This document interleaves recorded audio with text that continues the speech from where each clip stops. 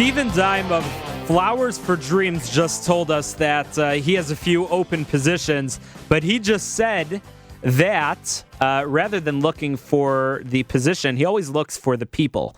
And that's why it's so important that you network. You network your way into the job. And that's why we have Andrea Storz, who is the CEO and the owner of ADMS Inc. and a expert career counselor with the ARC, joining us on Get Down to Business Now. I believe it's for the third time. Andrea, thanks for joining us on the phone this week. Hey, Shalom. Thanks for having me again. You bet. So I think you just heard what Steven just said. He's trying to recruit for some good people. But, you know, that sort of just emphasized that point, that you need to network your way into the job. Give us your advice on the subject. Well, first of all, I love his line that he looks for the people. That kind of says it all about the type of company that he is running. So kudos to him. The one thing about networking, and I think most job seekers at this point probably know, that most jobs are not advertised. You find out about jobs by mouth, by referral, by talking to people. I have more and more clients that are beyond upset and frustrated, constantly relying on the internet for identifying positions. This is not the strongest way to find a job.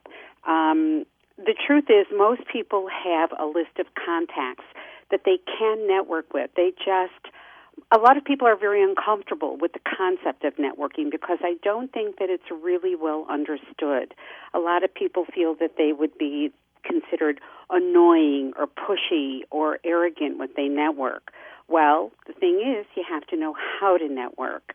And I think one of the most important things that you can do in a networking situation before you network is to know who you are, to have a strong professional identity, and to be able to present yourself with confidence and concretely so that people understand who you are, what you bring to the table, what your skill set is, and if you're the right fit for the culture of a specific company. Wait, Andrea, are you saying that it's unreasonable to expect a prospective employer to have to guess, who you are and what sort of jobs you're looking for? Are you saying that the job seeker actually needs to articulate that?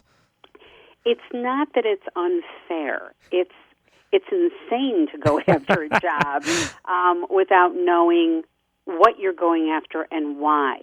If I was a teacher and I was applying for a banking job, the match would be unrealistic. You have to really know where to look, who to speak to, and what to say. And that's where the term is elevator pitch. I personally don't like that, but it's just a way to present yourself and to let people know, again, who you are.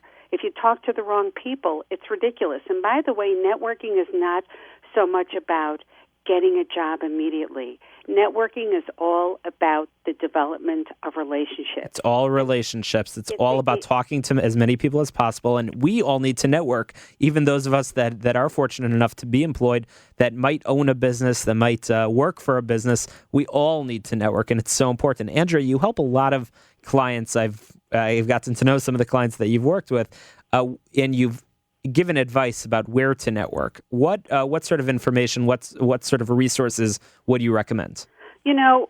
First of all, let me just say one thing about networking before we go to the actual sites to go to. Networking is not stalking people. Networking is not putting people in a corner and making them feel uncomfortable about your situation. That's not what networking is. Networking is knowing how to engage properly so that the person actually becomes interested in what you say. And I really want to put that out there because a lot of people will call someone and say, hey, do you know someone in this industry or that industry? And sometimes that works if the networking contact is the appropriate person to say that to. Absolutely. Andrea, we've got about a minute and a half remaining. What resources would you recommend? And finally, how can people contact you? Well, Shalom, you have a million networking events, which I think are wonderful. Including the business event on October 30th. That of course.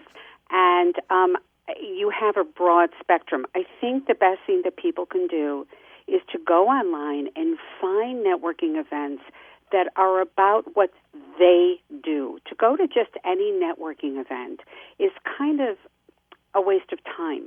You should kind of zero in on the profession and or the industry that is your goal, that is where you want to end up. Absolutely. Great advice, Andrea. How can people email you so they can find out get some more advice on networking their way into a job? They can get me at adms6135@AOL.com.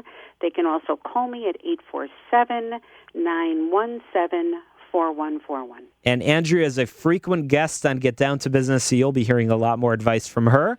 And again, you can join her job clinics at the business event on October 30th. Andrea, thanks for being such a fantastic resource and such an expert resource. You are really the best in the world of business and jobs, and we appreciate it and all the advice that you share with us on the radio. After the break, we're going to be talking with Michael Slater about networking, about speed networking solutions. You won't want to miss it. You can call us 312-642-5600 with your questions.